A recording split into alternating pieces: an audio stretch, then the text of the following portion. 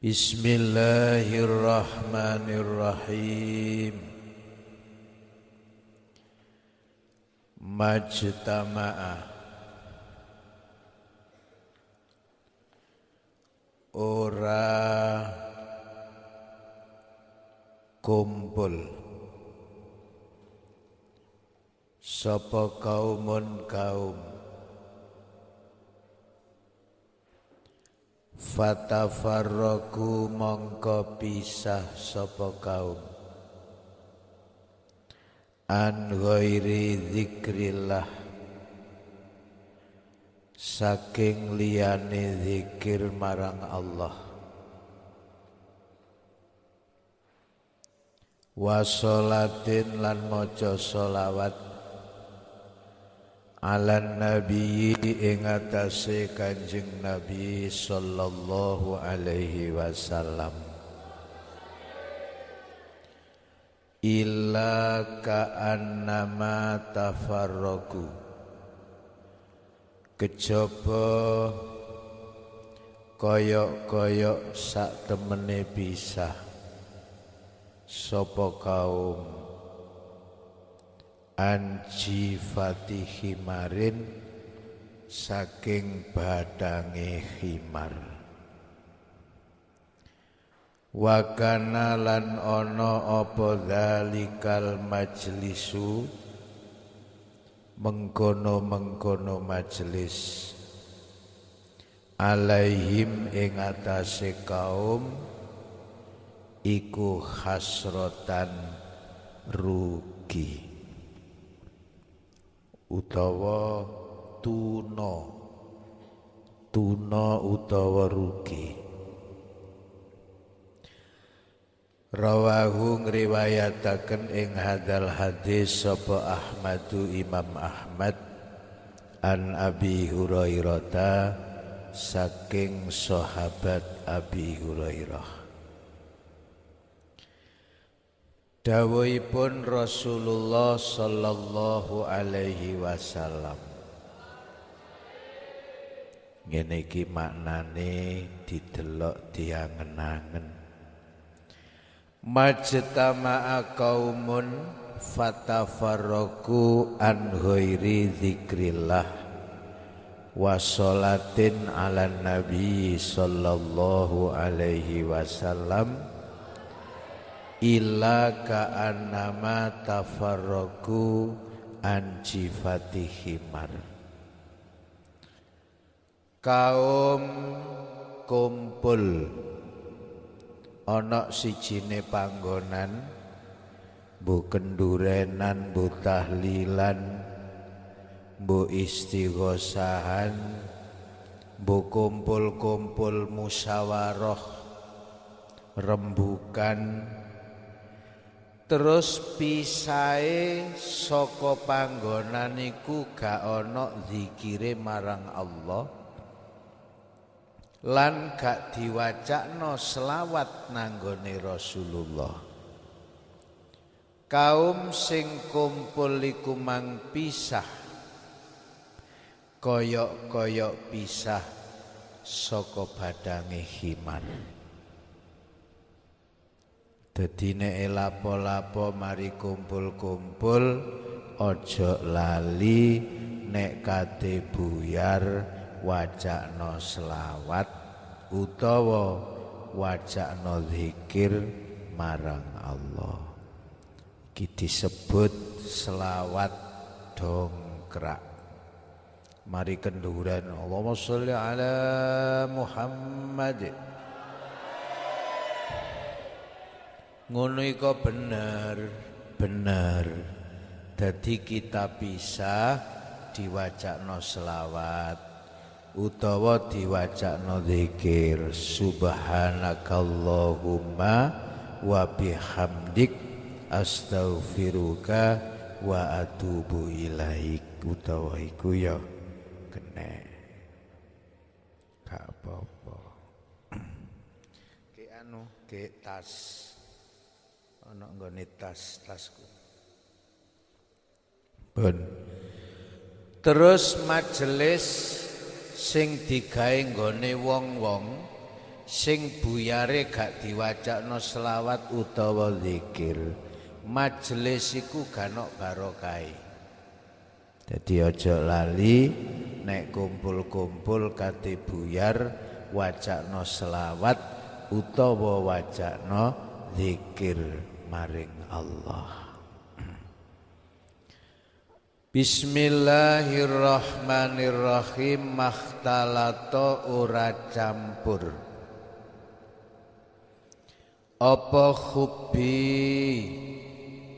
cinta ingsun bikol bi abdin kelawan atine kawula illa harrama kejaba ngaromaken sapa Allahu Gusti Allah jasadahu ing jasate abet alan nari ing atase neraka. Rawahu ngriwayataken ing hadal hadis sapa Abu Nuaimin Imam Abu Nuaim ani Ibni Umar saking Imam Ibni Umar. Maknane hadisipun Rasulullah, atine kawula iku nek wis cinta nang aku kaya aku awakmu iki cintae nanggone Rasulullah temenan, cintae nanggone Gusti Allah iku temenan, jasadmu jasadku diharamno mlebu neraka.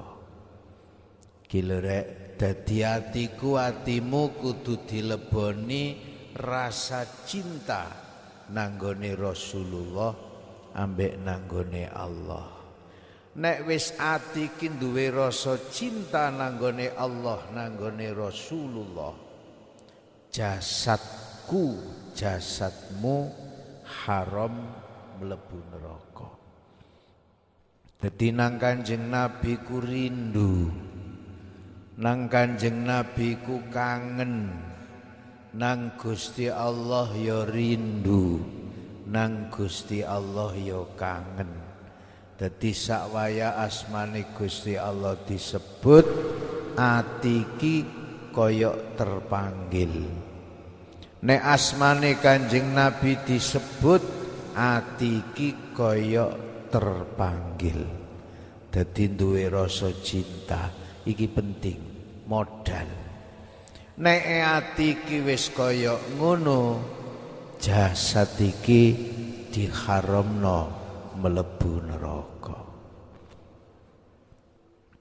Sahabate Kanjeng Nabi niku saking cintae nanggone Rasulullah gak kepethuk sedina, gak kepethuk rong dina, kangen goleki. Nek gak kepethuk Kanjeng Nabi gak enak, gak kepethuk Kanjeng Nabi kangen. Sahabat Abi Dzar Al-Ghifari, ojo ngomong dhewe-dhewe,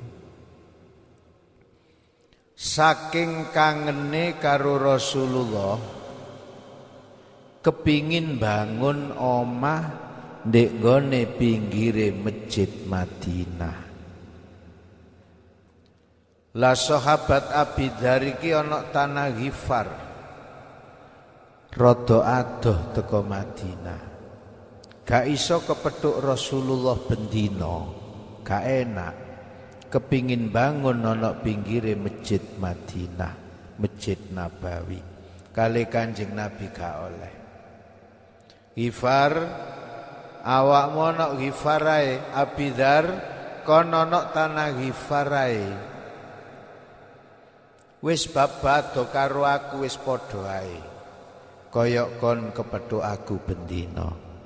Soale kono ana tanah Ghifar iku ana kono ngembangno agama, ngembangno syariat iki.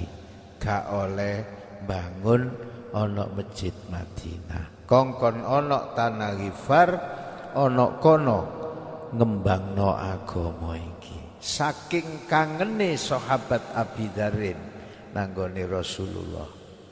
Ngono rek sahabat biyen. Ben. Bismillahirrahmanirrahim. Mas dada ora tambah-tambah sapa rajulun wong lanang minas sultani saking ratu. Ratu iki pejabat.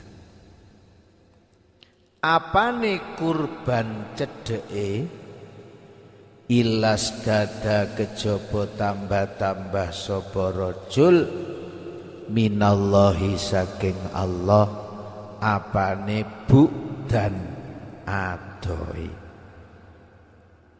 Walaka surat lan ora akeh apa atba'uhu pira-pira pengikute rajul illa kasurat kejaba akeh apa sayatinuhu pira-pira setane rajul.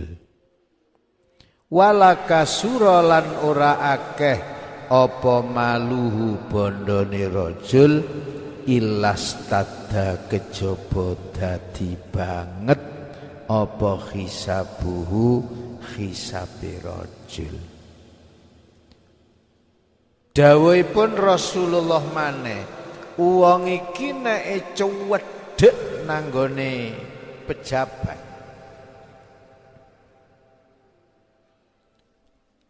cedhek nanggone pejabat luwe cedhek tambah adoh karo Allah.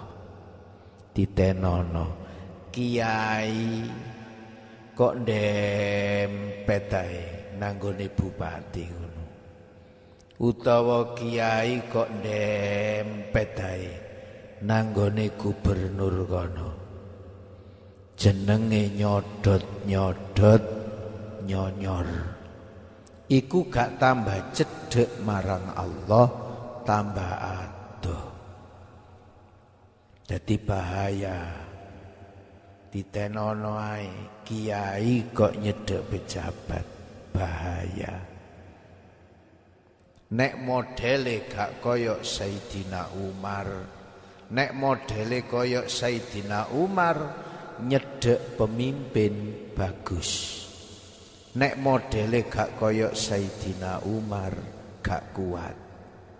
Mulane gak tambah apik, tambah legrek. Terus wong sing nyedhek nanggone pejabat, aku ngomong pejabat sultan niki ya, termasuk bupati, gubernur, lan sak pendukur, termasuk presiden. Tambah akeh pengikute kiai iku, tambah akeh santrine kiai sing nyedhek nanggone sultan niku, setane tambah akeh. Jadi tambah suwe gak tambah apik, tambah suwe tambah legrek. Wala kasura malu ilastadda hisabu. Terus bondone wong sing nyedhek pejabat iku mangkok tambah akeh, iku tambah berat hisabe. Polahe dhuwit apa sing digondol iku? Dhuwit protol-protolan iku. Iki masalahe. Dadi wong kok ndempet-ndempet nanggone pimpinan bupati utawa gubernur iku wis gak lidok, tambah suwe tambah legrek, gak tambah apik.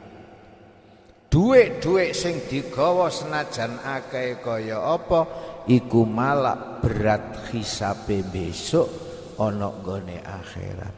Dhuwite sapa sing digondoli iku? Duduk duwe rakyat sak Jawa Timur iki ya. Iku masalahe. Dadi tambah akeh bondone, tambah berat hisabe. Rawahu ngriwayataken ing hadal hadis sapa Hanadun Imam Hanad an Ubaid bin Umar saking Imam Ubaid bin Umar mursalan hale rupa hadis mursal. Dadi konek dadi kiai aja nyodot-nyodot nanggone pejabat cek gak nyonyor. Gak siji, gak loro, gak telu kiai sing hancur krana gak kuat gombol bupati, gubernur lan presiden. Bismillahirrahmanirrahim. Mastafada ora amre faedah sapa al mukminu wong mukmin ba'da taqwallahi ing dalem sause wedi marang Allah azza wa jalla khairan ing perkara kang luwih bagus min zaujatin saking bojo wadon solihatin kang soleh. Iki badane wong mukmin iku diwai Gusti Allah taqwallah. Yang paling baik setelah itu adalah zaujatin solihah, bojo wadon kang soleh. Jadi bojo wedok sing soleh iki termasuk peparing yang luar biasa. Golek-golekane yo angel. Wong wedok sing solihah lho golek-golekane angel. Gak kena digoleki di pinggir jembatan. Gak kena digoleki ndek nggone terminal. Kon kok gak oleh bojo solihah, oleh kuntilanak kon kok. Teng pundi Pak goleki? Ya ki selempit-selempitane nggih pondok ngono. Kadang ana pondok gak duwe, gak oleh zaujatin solihah, akhirnya duwe bojo solikah. Yalah keliru maneh. In amaroha lamun perintah sapa mukmin ing zaujah atau adu mongko manut sapa zaujah ing mukmin. Bojo sing salihah iku nek diperintah manut gak jengkelno ati. Wa inna dhara lan lamun ningali sapa mukmin ilaiha marang zaujah sarradu mongko bungahaken sapa zaujah ing mukmin nek didelok nyenengno. Dadi bojo sing salihah iku nomor 1 nek diperintah taat gak jengkelno ati. Nomor 2 nek didelok nyenengno. Gak delok bojo kaya delok genderuwo. Berarti resepe kudu apa? Ya kudu cocok. Cocok wateke, cocok rupane. Bojo iku gak kena dimusyawarana. Ayune bojo iku miturut awake dhewe-dhewe lho rek. Aja dirembuk di bojoku ku ayu ta, gak cocok iku engko. Nek cara awakmu ayu cocok ya iku sing cocok. Kewadang lawemu hawireng ngono ya jare ayu jare. Iku mang siji-siji. Kadang ana sing ngelencir dukur kaya tower meripate wombo. Masyaallah, nek melaku mentul-mentul ngono ya jare bojone ayu. Kewadang ana sing kentole gawedhe kaya Maradona ngono. Ya. Terus bokonge bunder saebor. Masyaallah. Ngono ya jare bojone ayu. Dadi ayu iku gak kena dirembuk. Jadi kurusane wonge dhewe-dhewe sing duwe iku. Rabi mesisan gawat desak becak bek. Jadi nek numpak becak ngono kon gak katut. Polahe bojomu tok iku wis gak kamot. Jadi kudu diambakno becake. Jadi nggo becak loro nang Mojosari. Nek becak situ gak kamot. Tukokno tuh saya nang gledakno ke mburi. Jek iso katut kabeh. Ana sing bojo kauru cawilik ya ngono digoncet iku mabrung. Balak-balik ilang ae bojone. Wong nang Mojosari digoncet katut ana Mojosari didelok gak ana lho bojoku mang mabrung ndek endi rek. Tibane kari kek ngene warunge Wak Saryama kono.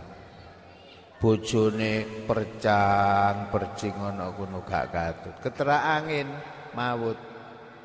Enak sing lemu-lemu ae. Gak dingoni 3 dina isih gak ketara.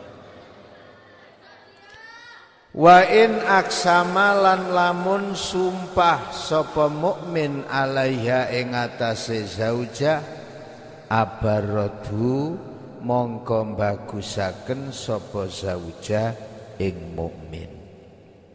Dadi nek bojo lanange nyumpah nanggone bojo wadone, bojo wadon iso bagusi nanggone bojo lanange. Iki wong wadon sing sholihah. Wa in ghabalan lamun lunga sapa mukmin anha saking zaujah nasahatu mongko ngarepaken bagus sapa zaujah ing mukmin fi nafsiha ing dalem awak dhewe ne zaujah wa malihi lan bondone mukmin. Wong wedok sing sholihah resep sing nomor 4. Nek sing wedok sing lanang gak ana omah awake gelem jaga awake lan jaga bandane bojone. Dadi wong wedok sing sholihah iku dadi pendingin, dadi pengayem-ayem kanggone wong lanange. Rawahu ngriwayataken ing hadal hadis sapa Ibnu Majah, Imam Ibnu Majah. Rek ojo lali niatmu poso Ramadan setiap malam. Mulai maghrib sampai metune fajar shadiq. Ojo lali. Tiap malam kudu niat. Nek katik lali gak niat posone gak sah tapi wajib imsak.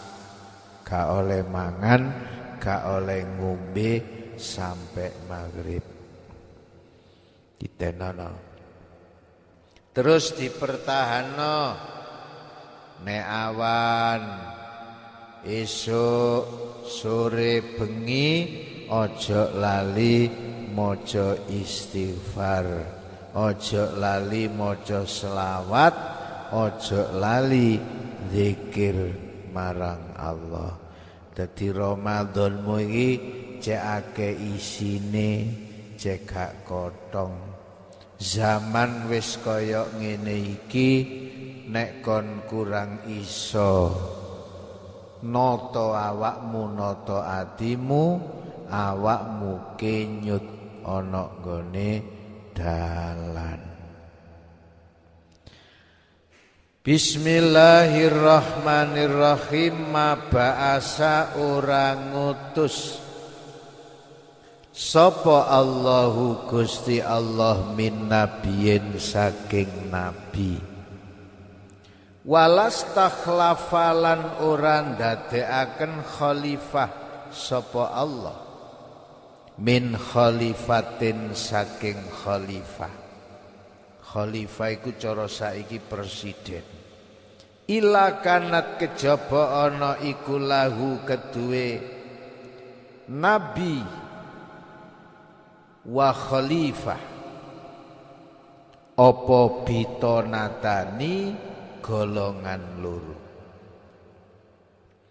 Bitonatan rupane golongan tak muruhu kang perintah sapa bitonah ing nabi wal khalifah bil ma'rufi kelawan bagus. wa takhudduhu lan ndorong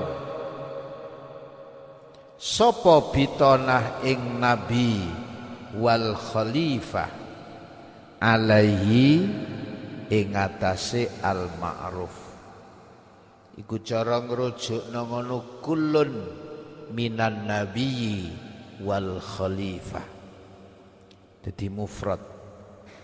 Wa bitonatan lan golongan.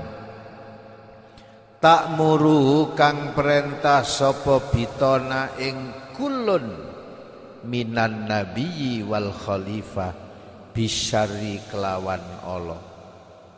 Wa takhudduhu lan dorong sapa bitona ing kullun minan nabiyyi wal khalifah alaihi ing atase syar.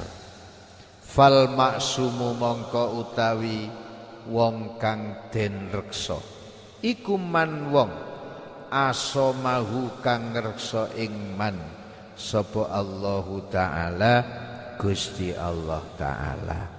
Rawahu ngriwayataken ing hadal hadis sapa Al Bukhari Imam Bukhari.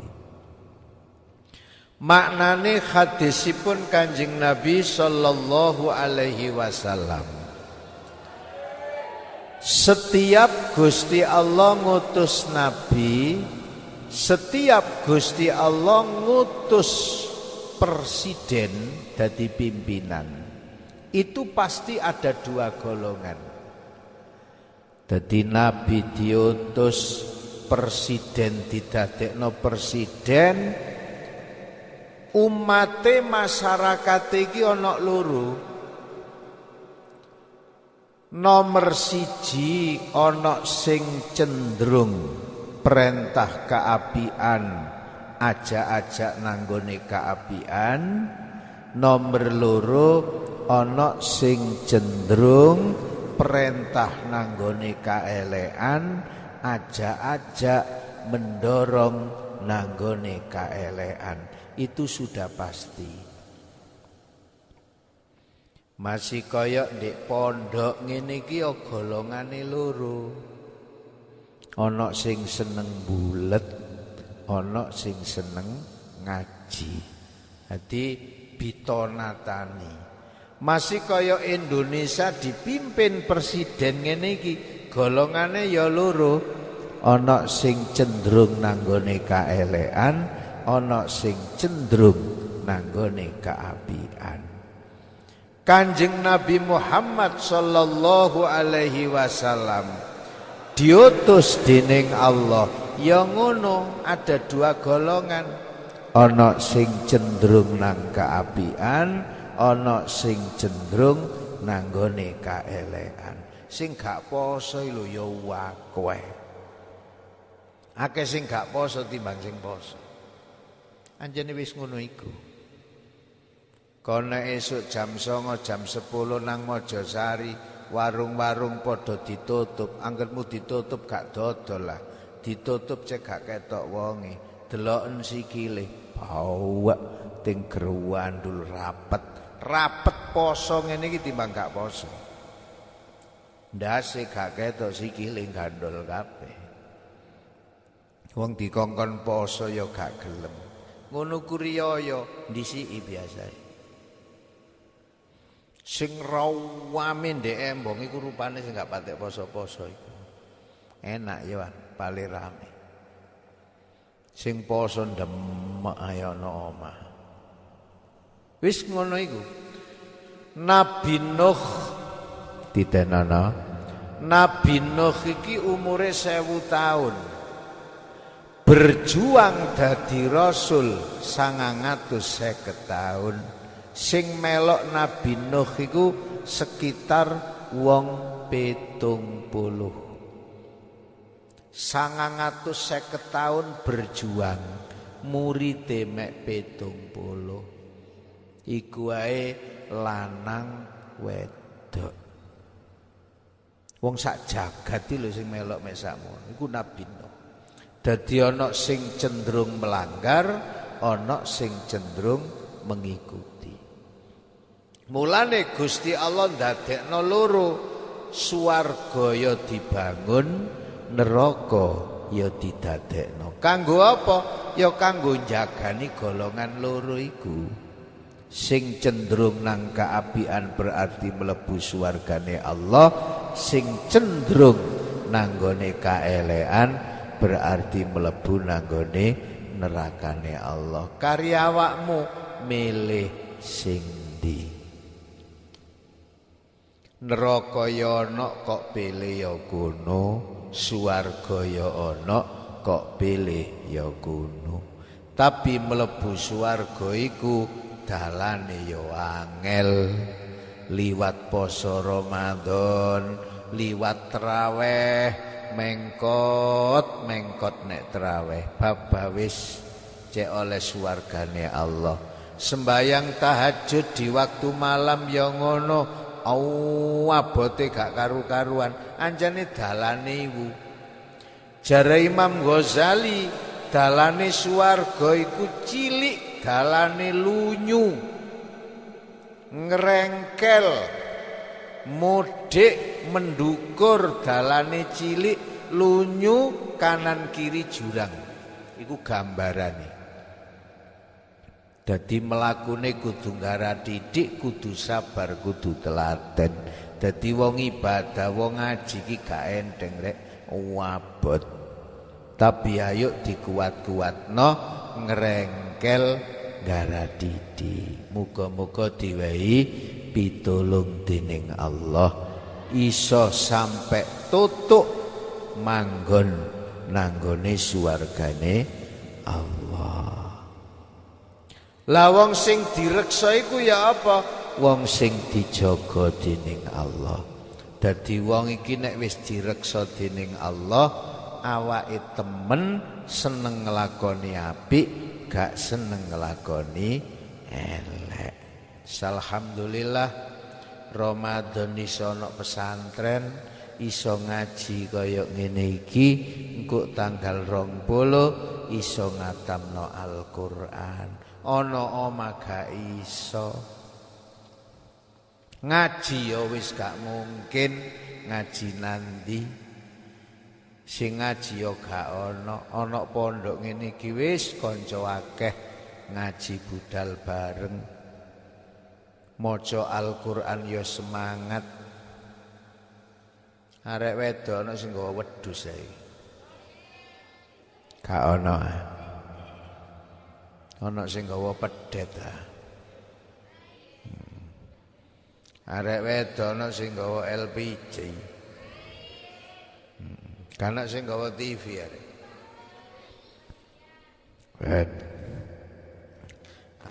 Nang gak gawa apa-apa, rupane njaluk-njaluk tok ae. Bismillahirrahmanirrahim. Ma utawi barang, awas, baina baiti kang ing dalem antarane omah ingsun. Iki konek haji besok ro. Wa mimbari lan mimbar ingsun iku raudhatun pertamanan min riyadil jannati, saking pertamanan swarga. Wa mimbari utawi mimbar ingsun iku ala haudi ing atase telaga ingsun. Dawuh Rasulullah, panggonan di antarane omahku, rungokno, panggonan di antarane omahku, dawuh Kanjeng Nabi, lan mimbarku iku pertamanan dari pertamanan swarga. Mimbarku ana ndukure telagaku. Masyaallah. Mulane wong Indonesia, wong luar negeri royoan ana nggone raudha. Raudha iku ana Masjid Nabawi rek, antarane pesareane Kanjeng Nabi ambek mimbare Kanjeng Nabi. Ombone 10 meter persegi. karpete karpet ijo ditengeri iku raudhah. Dadi ana Madinah ana Masjid Nabawi ku andalane raudhah ambek pesareane Rasulullah. Karpete Masjid Nabawi ku abang, ana nggone raudhah iku karpet ijo 10 meter persegi. Lah masjide Kanjeng Nabi sing asli bangunane Rasulullah kira-kira 25 meter persegi. Iku masjid asline masjide Kanjeng Nabi. 20 meter persegi di antara rumahnya Rasulullah dan mimbarnya Rasulullah kira-kira 10 meter persegi. Iku rawoyoan wong haji kepingin longgo ana nggone raudhah iku 10 meter persegi diroyok wong sak jagat. Dadi daung selan ana nggone iku. Bengine gak jam 10 budal. Jam 10 iku budal untuk jamaah subuh iso nang raudhah. Nek gak ngono gak uman. Subuh lho budal jam 10 jam 11. Katik budal jam 2 gak uman raudhah. Wis dibeki wong-wong.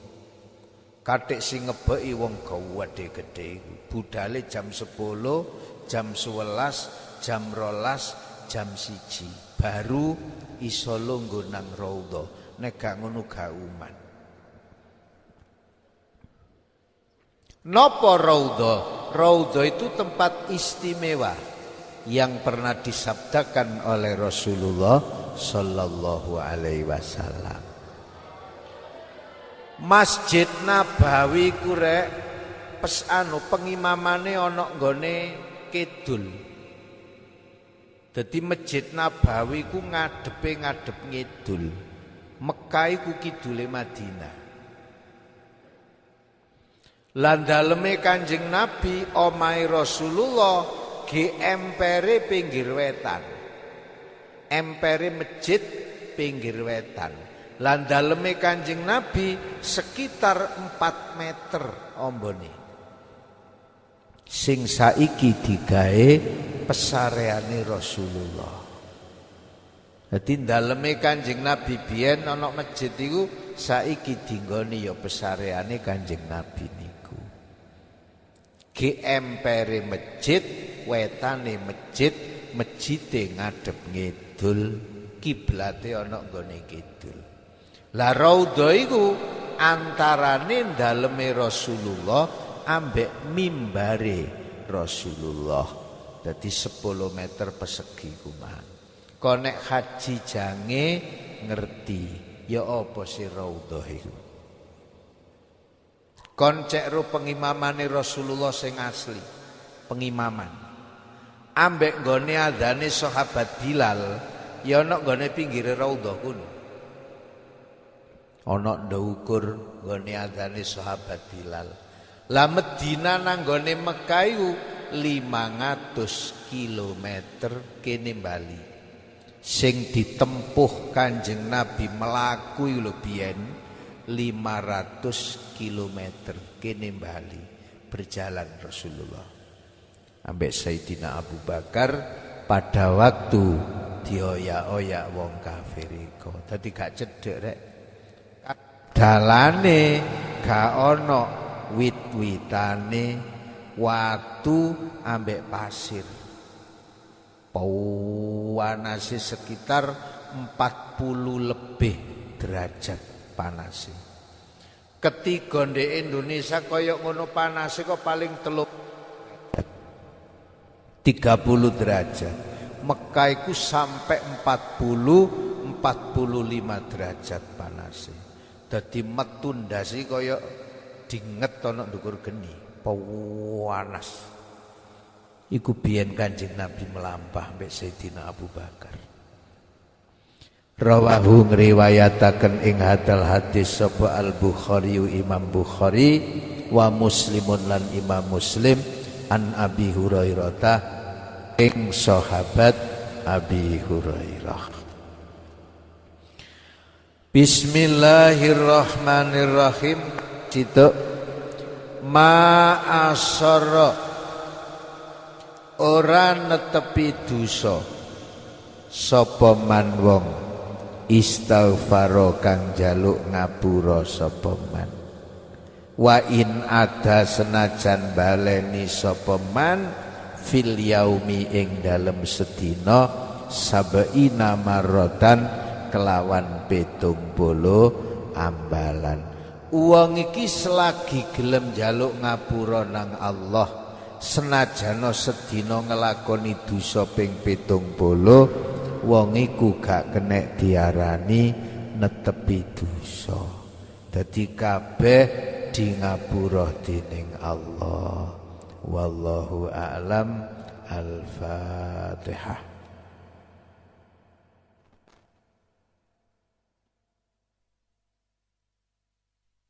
Bab tanggai nomor piro?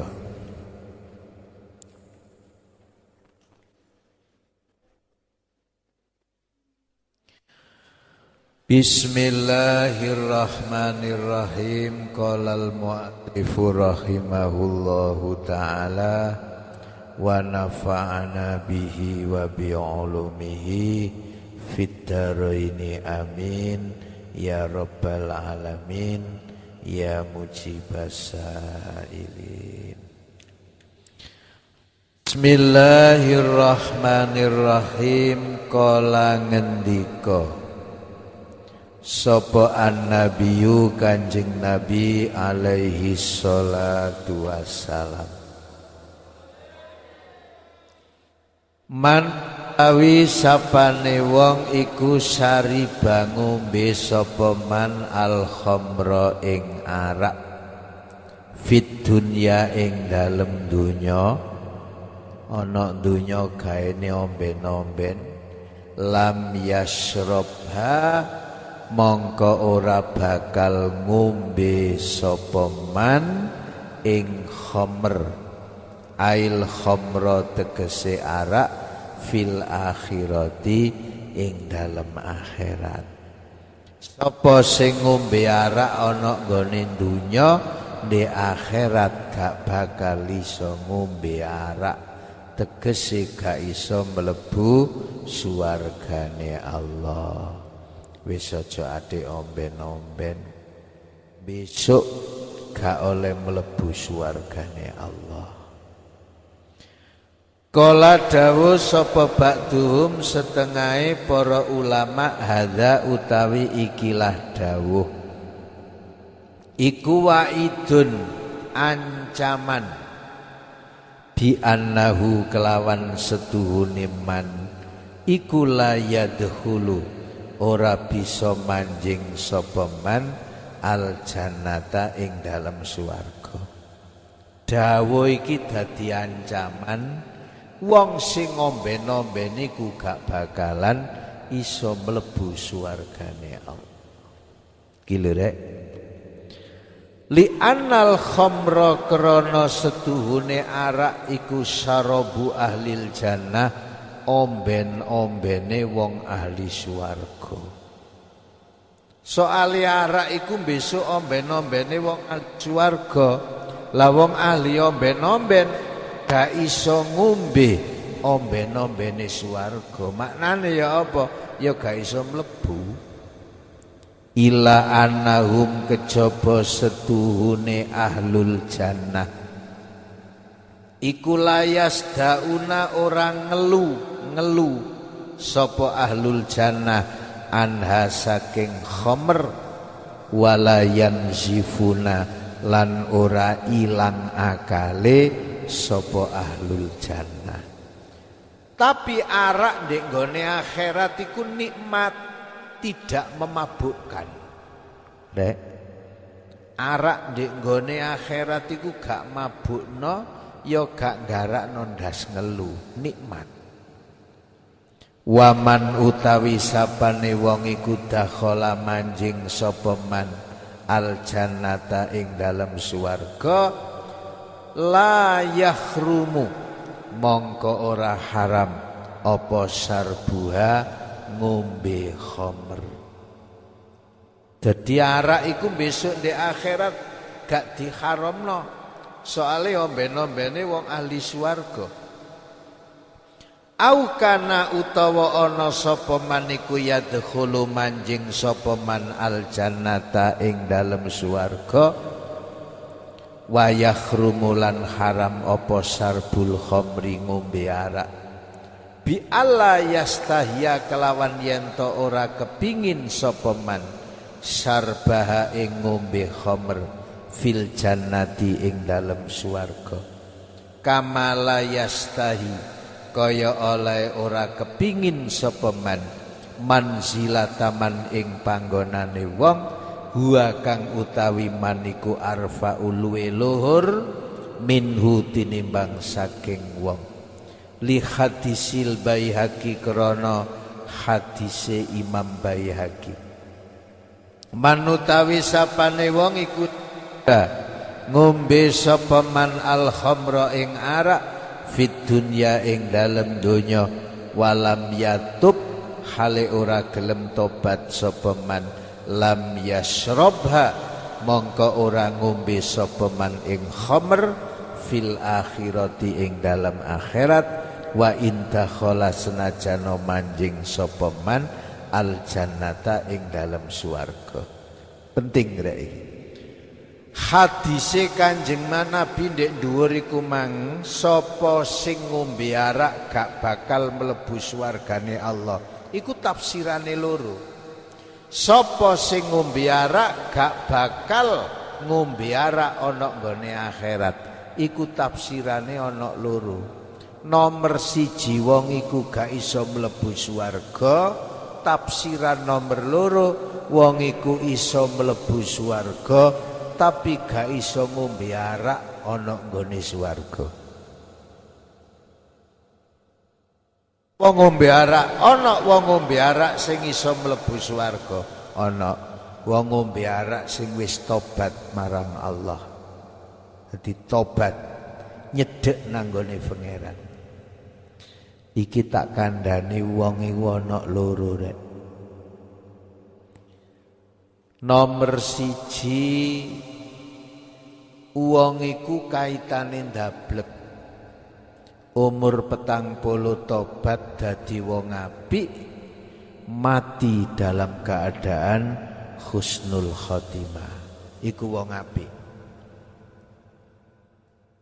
cilik temene gak karu-karuan barang umur 40 goleng dawablek sampai mati iki alamate wong suul khotimah. Dadi wong iki sing diitung miturut hitungan normal mulai umur 40. Umur 40 iki rupane apik, tambah cedhek nang nggone pangeran iku standar. Insyaallah wong iku dadi wong apik, matine husnul khotimah. Nek wis umur 40 iki ndablek tetek ndablek belunat sampai mati nguatiri tandai wong suul khotimah. Sing bener iku kae cilik temen, tuwek-tuwek tambah temen, kate mati temen. Mulus sing gak bener iku kae cilik ndablek, tuwek ndablek, matek lho isih ndablek. Wis matek lho ndablek. Matek dadi wong medhi uber-uberu wong e. Mbuh dadi apa iku? Koncone dalboy. Sing apik ku kae cilik temen, tuwek-tuwek temen. Ben Rawa lan ngriwayataken sapa Ahmadu Imam Ahmad wa Muslimun lan Imam Muslim. Wa Abu Dawud lan Imam Abu Dawud wa Turmudi lan Imam Turmudi wa Nasa'i lan Imam Nasa'i wa Ibnu Majah lan Imam Ibnu Majah an Ibni Umar saking Imam Ibni Umar. Kullu muskirin utawi saben-saben perkara kang mendemi iku khamrun aran khamr. Tiap-tiap barang sing memabukkan itu khamr, termasuk pil koplo mana pil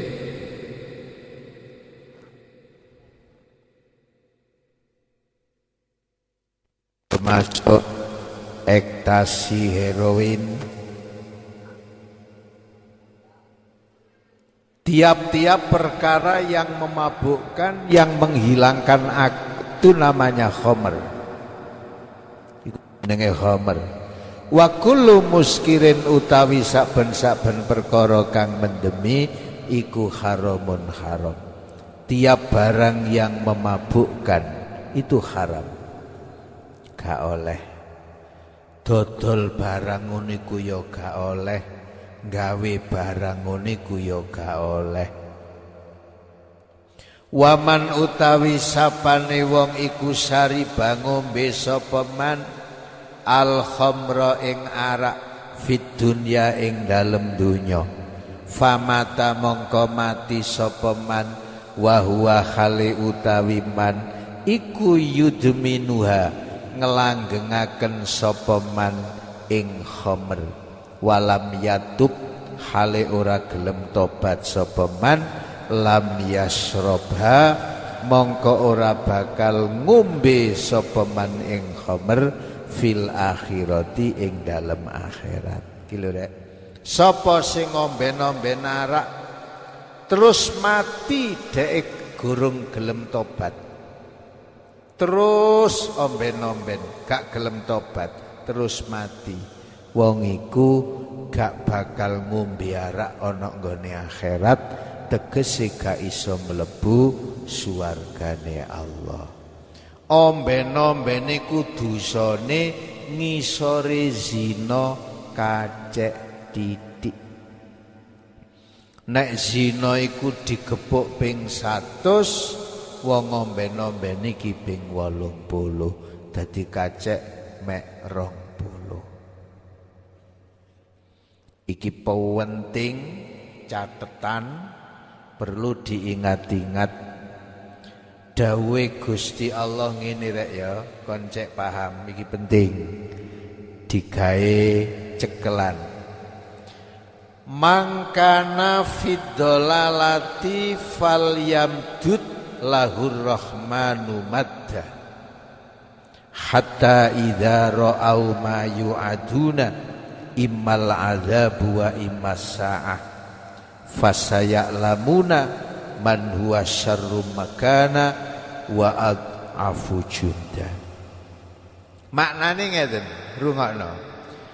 Wong iki nek kelakuane elek, melut ndablek, gak sembayang, gak poso, senengane medok, senengane gondoli wedokan, bandino awan bengi zina. Lho wong nek wis kelakuan wablek kaya ngono iku karo Gusti Allah diwehi sugih, diwehi panjang umur, diwehi sehat wal afiat. Lho lak lucu ya.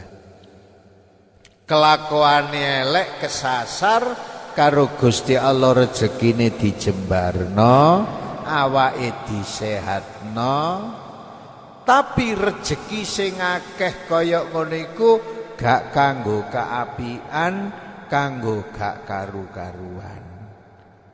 Ya napa maksude Gusti Allah? Wong sing kaya ngono iku besok bakal dijur ana nggone akhirat kono. Iku jenenge istidraj, pengelulu.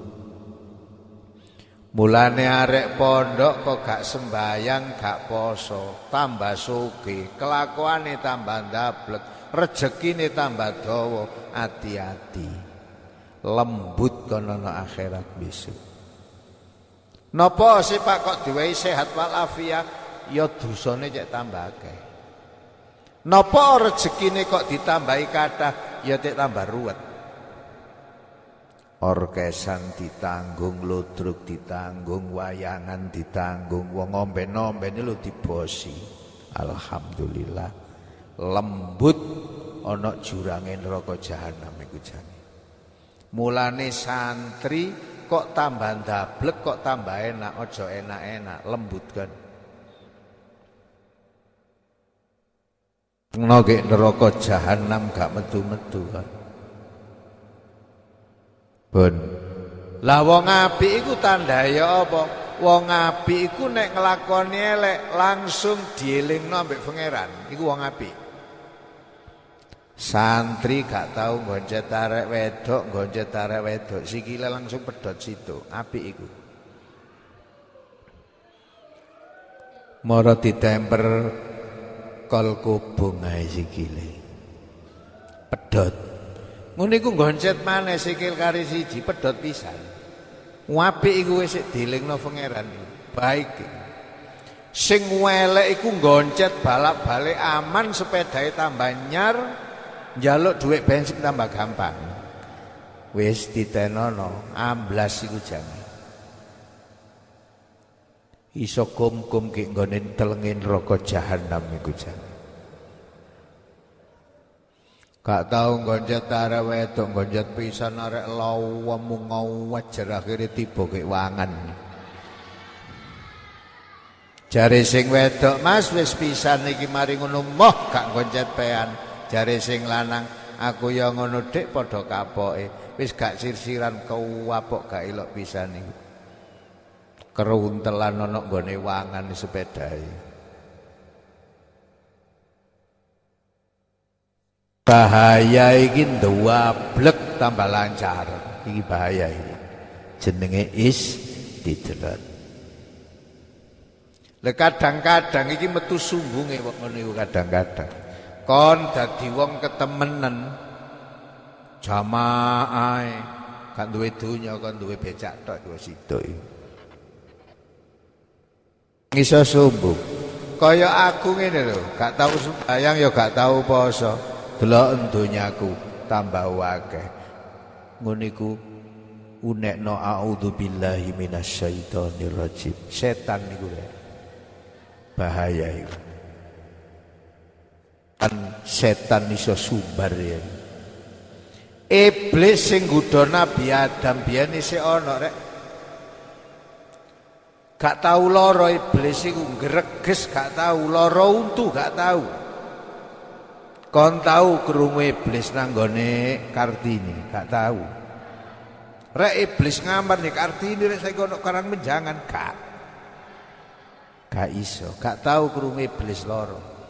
Lancar uripe sampai besok dina kiamat. Nek gak kiamat iblis gak mati. Matine iblis iku nek jagat iku wis hancur.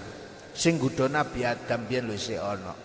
Tawek saumure dunya. Iku biyen anjane wis njaluk kontrakan nanggone pangeran Gusti, kula nedhi kontrakan umur. Iya. Piro Blis? Nggih saumure dunya niki pun. Kula nuwun saestu Gusti. Kanggo apa Blis? Gawe ngerusak anak putune Nabi Adam. Ngono iku karo pangeran, iya gak apa-apa nek karepmu ngono. Tapi ojo pisan-pisan kon nggodha kawulaku. Iku wong mukmin, ojo temen-temen nggodha. Nggih, ya iku ae aku titip. Liyane wis ancat-ancitno gak apa-apa. Iblis kontrak nanggone pangeran diterima. Dadi iblis iku sampai saiki isih ana. Ngene iki ya krungu rek dirasani ngene iki. Jare iblis goblok iki. Isih ana saiki. Iku baboke jin. Baboke jin. Mbahne jin, mbahne setan ya iblis iku. Pinter disasarno ya sakbeke neraka jahanam, neraka ladon, neraka sakor. Iku hasil karyae iblis. Menungso dilebokno ngono kabeh. Wong kadang gak dilebokno lho mlebu dhewe aku daftar blis. Ya. Wis gathik nyeret wis. Wong awake dhewe. Wa qala lan dawuh sapa Kanjeng Nabi alaihi salatu wassalam, man utawi sapane wong iku sariba ngombe sapa man al khamra ing arak. Terus apa iku? Mumsian hale manjing ing dalam waktu sore. Asbaha mongko manjing waktu esuk sapa man musyrikan hale musyrik. Jadi wong ngombe arak esuk langsung musyrik. Waman utawi sapane wong iku saribah ngombe sapa man ing khamr musbihan hale manjing waktu esuk amsa mongko manjing waktu sore sapa man musyrikan hale musyrik. Dawuh Rasulullah, ngombe arak di waktu sore orang itu pagi-pagi sudah musyrik. Ngombe arak di waktu pagi orang itu masuk di waktu sore dalam keadaan musyrik. Iki rek dadi wong ngombe arak iku iso dadi kemusyrikan. Musyrik dosa sing paling gedhe. Wa fil jami'i lan iku ing dalam kitab Al Jami' man utawi sapane wong iku sariba ngombe sapa man bisokotin kelawan perkara kang sedidik min khamrin saking arak aisaian tegese suwiji-wiji kolilan kang sedidik biqadrima kelawan ukurane barang yakhruju kang metu apa ma minal fami saking cangkem minal busoki saking itu. Ngombe arak tuwitik sak tetes, ngombe arak sak tetes ya gak oleh. Fajliduhu mongkon jilita sira kabeh ing man samanina kelawan ping 80 jilidan. Jadi digepuk ping 80, nek zina ping 100 kacek 20 mean. Ai ingkana tegese lamun ana sapa man iku khurron merdeka. Wa illa lamun ora khur fa isrina mongko ping 20. Rawahu ngriwayataken ing hadal hadis sapa at-Tabrani Imam Tabrani an Ibni Amr bin As saking Imam Ibni Amr bin As. Nek ana wawune Amr, nek ana wawune Umar. Dadi wong ngombe arak senajan sak tetes iku gak oleh rek. Kenek dijilid ping 80. Nek wong merdeka, nek budak 40. Iki lho. Dadi minum arak adalah masuk dalam kemusyrikan. Hadis Kanjeng Nabi sing dhisik. Kadang wong ngomong nek titik gak apa-apa rek wong gak mabuk lho masih sak tetes lho gak oleh. Lho Pak kados dodol bir ngoten niku ya apa? Ya katut golongane. Padha karo sing ngombe-ombe niku. Sing gawe Pak Yono tambah nemen. Sing dadi pegawene pabrik bir Pak Yono apa? Ya golongane.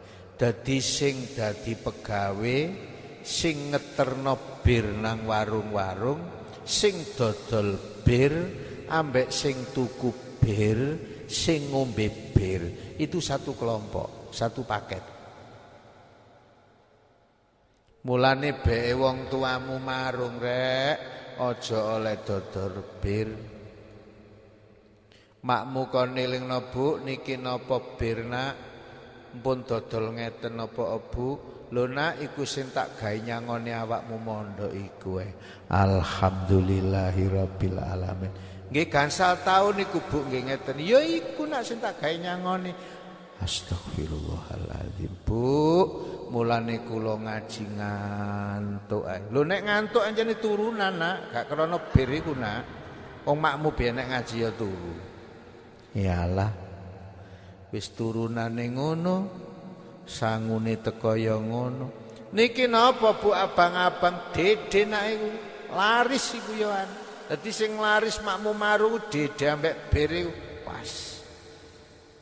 Gawe nukokno klambi awakmu, gawe nyangoni awakmu sembarang kalir sampai kon tuku kitab mulai mondok sampai saiki.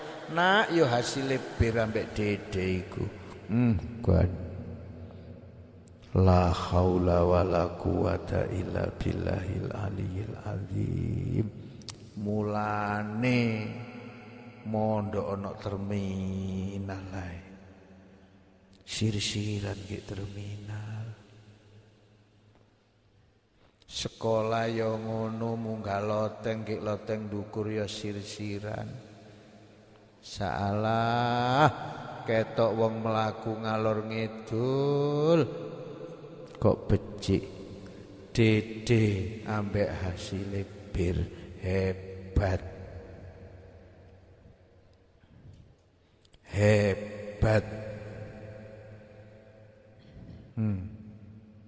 hati-hati kari titik waqala lan ngendika sapa Kanjeng Nabi alaihi sholatu wassalam. Wis gak patek kuat maca selawat.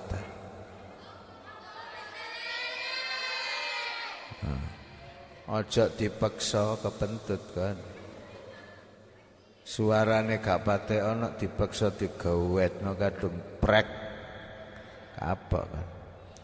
Al khamru utawi arak iku umul khabaisi baboke pira-pira dosa.